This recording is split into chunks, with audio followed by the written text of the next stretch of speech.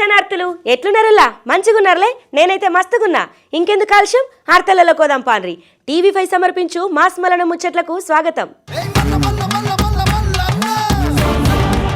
గాలిపంక party సర్కారు ఉన్నప్పుడు గా 5 ఏళ్లు కూడా ఎంత అధ్వానం ఉండేనులా రోడ్లు ఆడికెచ్చి ఓదామంటే నరక యాతన గుర్తుకొచ్చేది ఎటు ఓదామన్నా ఎటు అద్దమన్నా మస్తు తక్లీవులు ఉండే ఏడికి ఓదామన్నా కూడా ఎప్పుడు ఏమవుతుందో అని పానం అరిచేతిలో పెట్టుకొని ఏపీ జనాలు ప్రయాణాలు చేసిండ్రు కానీ ఇప్పుడు గా బెంగేం లేదు డోక లేకుండా రోడ్లు మస్తుగా అవుతున్నాయి ఇక ఏడికి ఓదామన్నా ఏడికి అద్దమన్నా ఎంత అగ్గోజావు రాత్రైనా సరే కండ్లు మూసుకొని బండి దోలచ్చు అన్నట్టు మొత్తానికైతే ఏపీలో రోడ్లు సుందరంగా కాబోతున్నాయుల్లా జగ్గులు గిది యూసున్నా కొంచెం బుద్ధి తెచ్చుకో ఎందుకంటే నీకు తెలియదు కదా పాలన ఎట్లా చేయాలా అని నువ్వు ఉన్న నొద్దులు కూడా మొత్తం ఆగం చేసి పెట్టినావు పైసలు మొత్తం గాలికి ఇడిసబెట్టినావు నేను వాళ్ళు ఇంత లావు చేసినా అంత లావు చేసినా ఇంత రోడ్లు వేసినాం అంత రోడ్లు వేసినావంటే ఏడయ్యా నువ్వు వేసిన రోడ్లు నీ ఇంటి ముంగాలనా నీ ఎంటెలకాలనా నీ ఇంటి పక్కక మరి ఏడవాయ నీ రోడ్లన్నీ కొంచెమన్నా ధమాకుండాలా గి జ్యూస్ నేర్చుకో గిది కదా అభివృద్ధి అయితే ఇక మొత్తం మీద ఏపీ జనాలు మస్తు సంబరపడుతున్నారు ఇక మరి రోడ్లు వస్తున్నాయంటే సంబరం ఉండదానుల్లా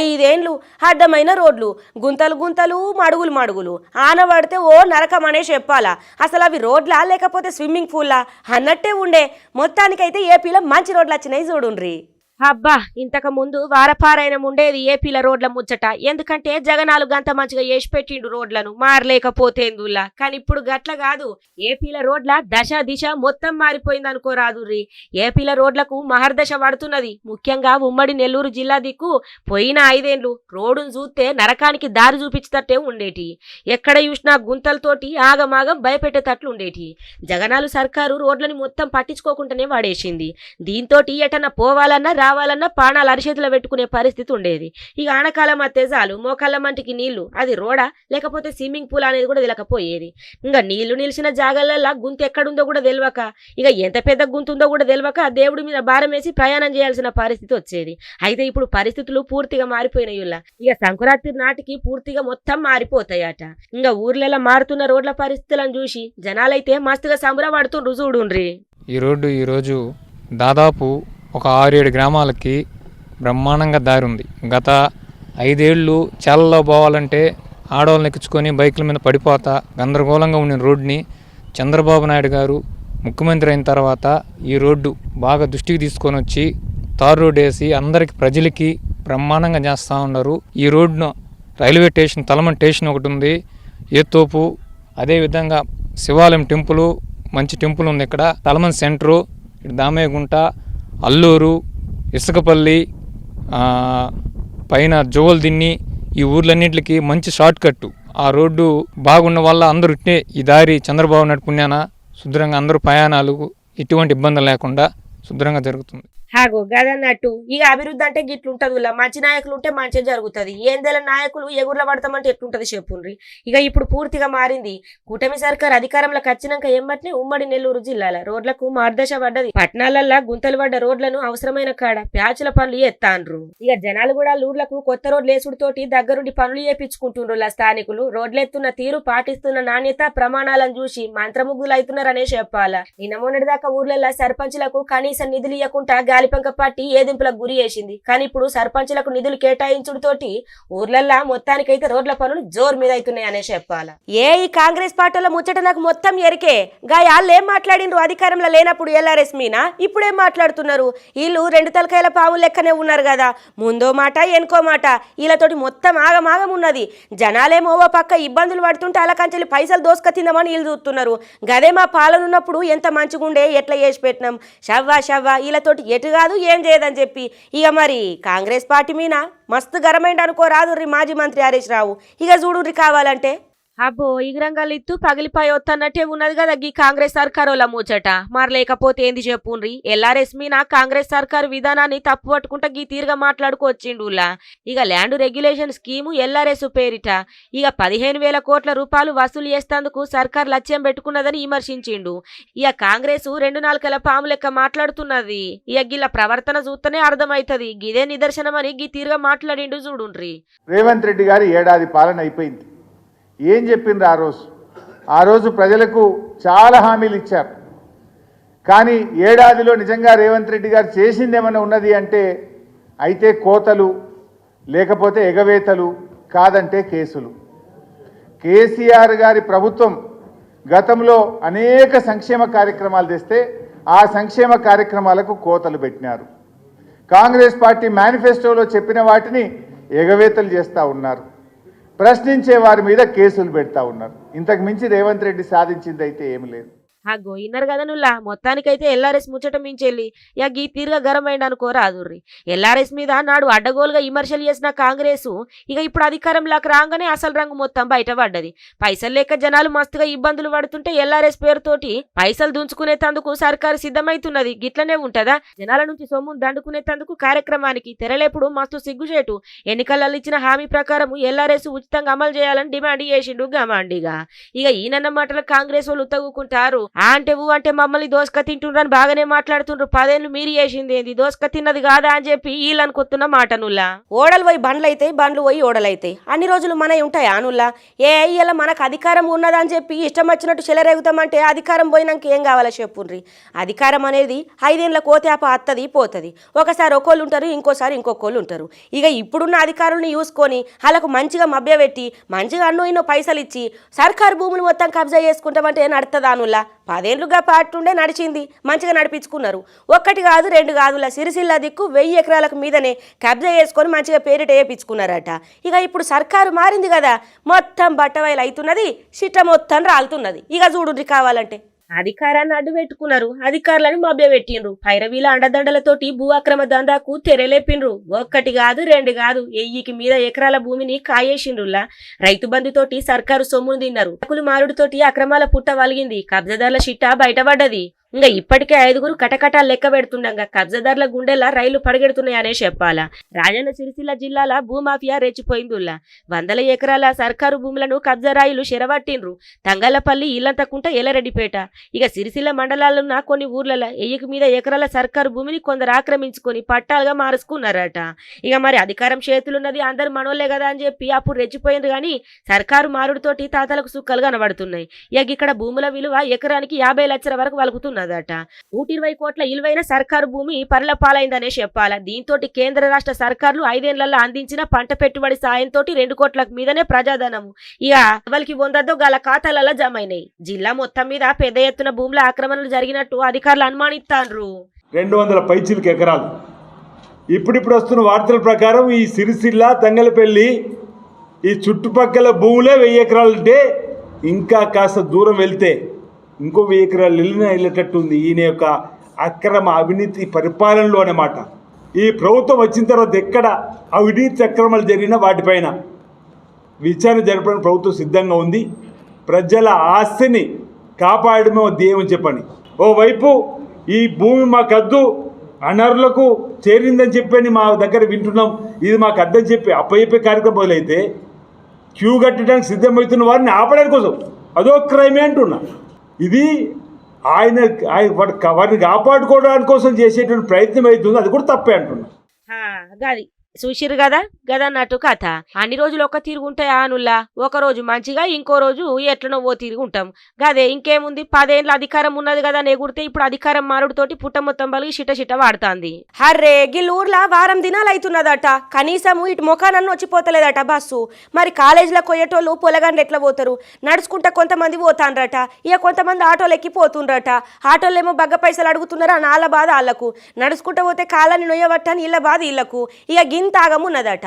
గిదన్నీ చూసినాక పిల్లగాండ్ల తల్లిదండ్రులు, ఇటు పిల్లగాండ్లు అందరు కలిసి వాళ్ళు కాలేజీ పోకుండా వాళ్ళన్ని పనులు ఇడ్సబెట్టుకొని పెద్ద రోడ్డు మీద కూర్చొని మాకు బస్సు ఎత్తరా వేయరా?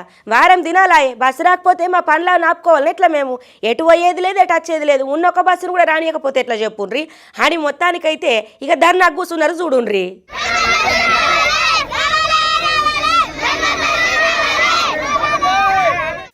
కాలేజీలకు పోయే పిల్లగాండ్లు వాళ్ళ తల్లిదండ్రులు అందరు రోడ్డు మీద కూర్చొని ఏదో ధర్నాకు దిగినట్టే ఉన్నారు కదా. ఏమనుకుంటుండ్రా? 6 దినాల కాంచెల్లి గల ఊరికి బస్సు ఎత్తలేదట. రోడ్డు మీద కూర్చొని నిరసనకు దిగిండ్రులా. ఇక వికారాబాద్ జిల్లా పెద్దమూల్ మండలము జనగామ ఊరికాడ మాంబాపూర్ తాండూరుకు పోయే కాలేజీ స్కూల్ పొలగాళ్లకు మస్తు తక్లీఫ్ అవుతున్నదట. వారం దినాల కాంచెలి బస్సు రాక బాగా ఇబ్బందులు పడుతున్నారట. కాలినడకన నడుచుకొని పోతున్నారట, ఆటోలతోటి పోతున్నారట. ఇక ఇంకెన్ని రోజులు గిట్లుండాలా మేము చెప్తానేమో పట్టించుకున్న పాపన పోతలేరు. మా పొలగాళ్లకు మస్తు ఇబ్బంది అవుతున్నదని ఇక తల్లిదండ్రులు పిల్లగాళ్లతో వచ్చి మాంబాపూర్ రోడ్ మీద ఇట్లా కూర్చొని నిరసనకు దిగినరు చూడుండ్రి. ఇప్పుడు ఆటోలో వస్తుందా మళ్ళీ ఇన్ని రోజులు ఉంది నడుచుకుంటూ వస్తున్నాం. ఆటో వస్తుంటే ఉందా ఏమి రమ్మని కూడా ఎవరు రారు. కిరాయిలు 200-300 అడుగుతారు. ఎవరిస్తారని మా దగ్గర మా ఇంట్లో పరిస్థితి బాగాలేకపోయినా గవర్నమెంట్లో జాయిన్ అయినాము. ఇప్పుడు బస్సు లేదు. ఫ్రీ బస్ వేసినాము. మరి ఫ్రీ బస్ వేసారు. బస్సు బంద్ అయింది. అన్ని బంద్ అయింది. తాండ్ర బస్ కూడా బంద్ చేసారు. మాకు పెట్టేమల్ నుంచి వచ్చే బస్సు ఎప్పుడో బంద్ చేసారు. ఎన్ని రోజులు ఈ ప్రాబ్లం ఎన్ని రోజులే 1 వీక్ అవుతుంది. ఆగో చూసిండ్రు కదా గదన్నట్టులా. ఇక మొత్తానికైతే తాండూరు నుంచి వెళ్ళి వికారాబాదు హైదరాబాద్ దిక్కు పోయే బండ్లు అర్ధ గంట దాకా ఆగిపోయినాయి చూడుండ్రి. ఇక పోనీయలేరన్నట్టు వాళ్ళ సమస్య. మరి వాళ్ళ దృష్టికి పోయి మళ్ళీ బస్సు వచ్చేదాకా లేచేదే లేదన్నట్టు కూర్చున్నారు. ముచ్చట తెలుసుకున్న పెద్దమూలు పోలీసోళ్ళు అక్కడికి ఏరుకొని సంధాయించిండ్రులా. ఇంకా స్థానిక market committee vice chairman Narayana Reddy MLA తోటి ఫోన్లో మాట్లాడి డిఎంకి చెప్పుడుతోటి బస్సు ఎత్తమని హామీ ఇచ్చుడుతోటి సప్పుడాంకి వెళ్ళిపోయినరులా.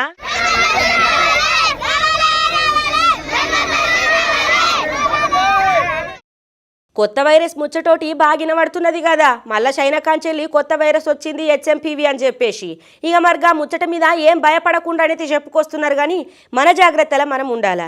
గది కూడా తుమ్ముడు, దగ్గుడు, సర్ది, జ్వరము, గొంతు నొప్పి ఇక గిట్లనే ఉన్నాయట. ఎంత ఏమైనా కానీ మన జాగ్రత్తలో మనం ఉండాలా.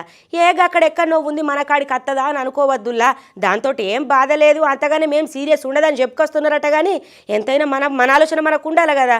భద్రముల్లా హెచ్ఎంపీఓ కరోనానో ఇంకోటేదో ఏదైనా సరే మనం మంచిగా ఉండాలంటే మనకన్నే ఉంటుంది. జర పైలముల్లో కొత్త రోగాలతో అయినా పైలమే ఉండాలి. కానీ జర భద్రం. దేశంలో హెచ్ఎంపీవీ వైరస్ మస్తుగా భయం కలిగిస్తున్నది కదా. ఈ కేసుల సంఖ్య ఇంకింత పెరుగుతూనే ఉన్నది. అయితే హెచ్ఎంపీవీ వైరస్ మీద జనాలు ఎవ్వరు కూడా భయపడాల్సిన అవసరం లేదని కేజీహెచ్ సూపరింటెండెంట్ డాక్టర్ శివానందన్ చెప్పుకొచ్చిండులా. ఈ వైరస్ కరోనా సోంటి ప్రమాదం కాదు. రోగనిరోధక శక్తి లేని వాళ్ళకే వైరస్ సోకే అవకాశం ఉన్నది. అందుకే భయపడాల్సిన అవసరం ఏం లేదు అని చెప్పి మొత్తానికి అయితే చెప్పుకొచ్చిండ్రులా. హ్యూమన్ మెటాన్యూమో వైరస్ అనే ఒక వైరస్ ఇప్పుడు చైనా నుంచి మనకి వచ్చిందని ఈ 2 కేసులు మనకు బెంగళూరులో ఐడెంటిఫై చేయడం అనేది జరిగింది. ఈ వైరస్ దీన్ని రెస్పిరేటరీ ఇన్ఫెక్టివ్ ఫీవర్గా మనం చెప్తాము. మైల్డ్ కోల్డ్ ఫ్లూ లాగా body pains, throat pain, fever ఇవన్నీ రావడం అనేది జరుగుతుంది. ప్రస్తుతానికి ఈ వైరస్లో వల్ల ప్రాణాంతకంగా అయితే ప్రస్తుతానికి ఎవరికి లేదు. ఇంతవరకు వచ్చిన పేషెంట్స్ 2 పేషెంట్స్ మన బెంగళూరులో రికవర్ అయ్యారు. ఈ వైరస్ వచ్చిన తర్వాత మీరు తీసుకోవాల్సిన జాగ్రత్తలు ఏంటి అనేది మనం ఏంటంటే ఈ థ్రోట్ పెయిన్ ఉన్న వాళ్ళు ఎవరన్నా ఇమ్మీడియట్గా బాడీ పెయిన్స్ తగ్గడానికి, ఫీవర్కి తగ్గడానికి కావాల్సిన మందులు వేసుకోవాలి. అండ్ కోవిడ్లో పాటించినట్టు చేతులు hand sanitation and distance maintain చేయాలి. కంపల్సరీ క్రౌడెడ్ పీపుల్లో మనం ఉండకూడదు. హాగో ఇన్నరు కదా. ఇక మరి భయపడాల్సిన అవసరం లేకపోయినా జనాలు జాగ్రత్త పాటించాలా. ఎందుకంటే లేనిపోని కొత్త రోగం తెచ్చుకున్నాడు ఎందుకు చెప్పుండ్రి. మాస్కులు పెట్టుకోండ్రి, దూరాలు పాటించుండ్రి, హ్యాండ్ వాషులు చేసుకోండ్రి. జర భద్రము. ఎవ్వరికైనా దగ్గు, తుమ్ముడు, ఇక మరి సరదులు అయితే ఎమ్మటనే డాక్టర్ కాడికి పోయి చూపెట్టుకోవాలా. ఇక ఎందుకంటే పానం మీదకి వచ్చేదాకా చేసుకోవద్దులా. మళ్ళా జర భద్రం సుమి. ఓష్ని బాల్కి గ్యాంగు పాడువాడా. ఇదేం గ్యాంగుర్రా, ఉన్నది మొత్తం దోసుకొని పోతాన్రట. ఎవ్వరు ఇంట్లో లేదని తెలితే చాలు గాళ్ళు ఇంటికి పోవుడు అగ్గుమజాము రాత్రి. ఇక ఉన్నదంతా దోసుకొని పోవుడు. ఒక్కిళ్ళు కాదు, బీహార్ కాంచెల్లి మొత్తం గ్యాంగే దిగిందట. మొత్తం మంచిగా ఇక చుట్టూరుగా ఏ ఇండ్లు ఉంటే గా ఇండ్లు, ఇవాళ ఎవరుంటలేరు రేపు ఎవరుంటలేరు అని మొత్తం తెలుసుకుంటుండట. అటెనక సిక్కిపోయి మొత్తం దోసుకుంటుండ్రట. కాయ కష్టం చేసి సొమ్ము వేసుకొని దాచబెట్టుకుంటే వీళ్ళమ్మ గిట్ల దొంగతనాలకు పాల్పడుకుంటే ఆగమాగం చేయబడుతుంది. ఈ బాల్కి గ్యాంగు తోటి జర భద్రముల్లా. అయినా ఈ ముచ్చట మొత్తం పోలీసు వాళ్ళకి ఎరకైంది. ఎవ్వరు చూస్తలేరు. హారతేరిన దొంగలం మమ్మల్ని ఎవరు పట్టించుకుంటారు అని దొంగలు అనుకుంటారు కావచ్చు. కానీ సీసీ కెమెరా ఉంటుంది కదా, గన్ల రికార్డ్ అయినాయి. పోలీసు వాళ్ళు కూడా చూసిండ్రులా. జర భద్రం. మీరు కూడా చూడండి ఎట్టున్నారో పారి. అబ్బర బిడ్డో బాగానే మంది ఉన్నారు కదా. ఎవ్వలైతే ఇంటి నిడిసబెట్టి ఊర్లకు పోతారో గలీలనే టార్గెట్ పెట్టుకున్నట్టున్నారు. గీ వికారాబాద్ జిల్లా కాడున్న తాండూరు నియోజకవర్గంలో బాల్కి గ్యాంగు బంబేలు ఎత్తెత్తున్నదనే చెప్పాలా. కర్ణాటక ప్రాంతానికి చెందిన గీ గ్యాంగు తాండూరు నియోజకవర్గంలో ఉన్న ఇక ఊర్లల్లో వరుస దొంగతనాలకు పాల్పడుతున్నట్లు పోలీసులు చెప్పుకొచ్చిండ్రులా. ఇక అప్రమత్తంగా ఉండాలని కూడా చెప్పుకొచ్చిండ్రు గాని ఇక దొంగలకు ఎట్లుంటది చెప్పుండ్రి. ఎవ్వరు లేని సందు చూసి రెక్కి వేసిపోయి మొత్తం దోసుకొని వస్తారు కదా. ఇక మరి ఇక్కడ చూడుండ్రి, ఇక దొంగతనం చేసిన ముచ్చట ఎవ్వరికి తెలియదని అనుకున్నారు కావచ్చు పాపము. ఇక పిల్లి కండ్లు మూసుకొని పాలు తాగుతుందట.